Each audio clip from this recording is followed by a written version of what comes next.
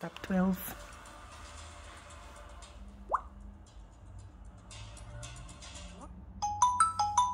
Shucks.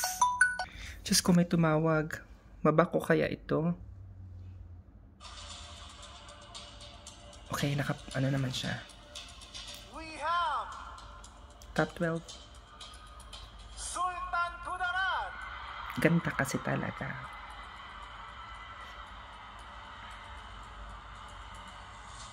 That's my girl. And the second, Dina. Pwede nga MGIG nini. And the second into the top 12 is. Give it up for Kirino.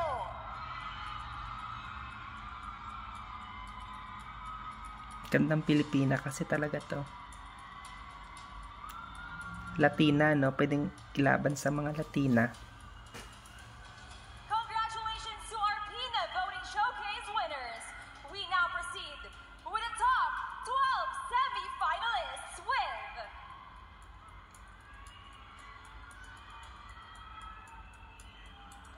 Pasay!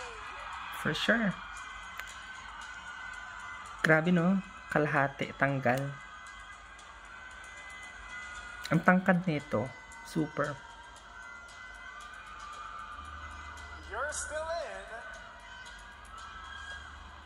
Quezon Province.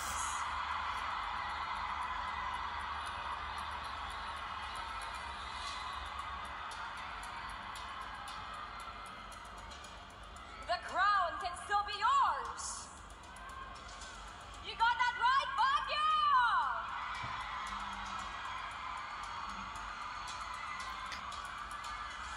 Grabe rin to, no? Expensive, oh. Pasabog siguro winner dito. Baka gamitin lang na naman si Quezon Province para ma-hype.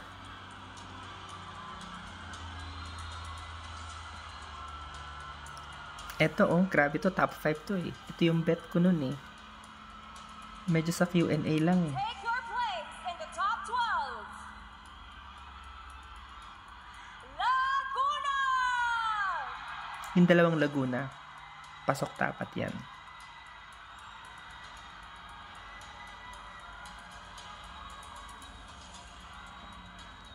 The next half begins with you. Muntinlupa. Win-win.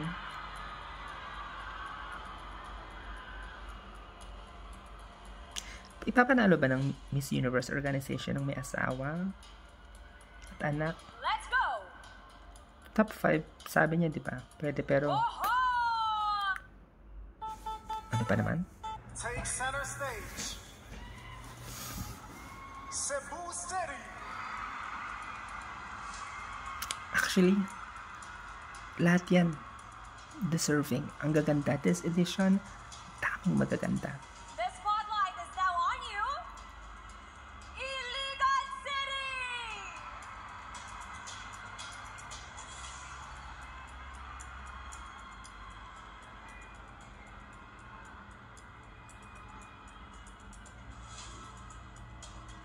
And completing the top 12.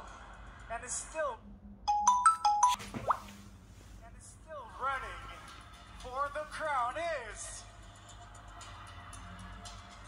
Sinaloa Laguna. For sure. You can't miss her.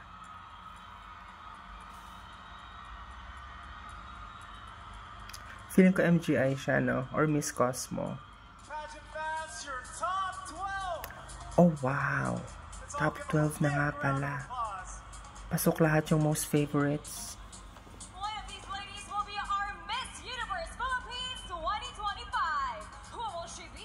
Keep voting on the Miss Universe Philippines app because any of the Sino top hindi na? 12 can Oh my still God. be our new Si Oriental Mindoro hindi pala nakapasok sa top 24. Mas nakapasok pa si Occidental.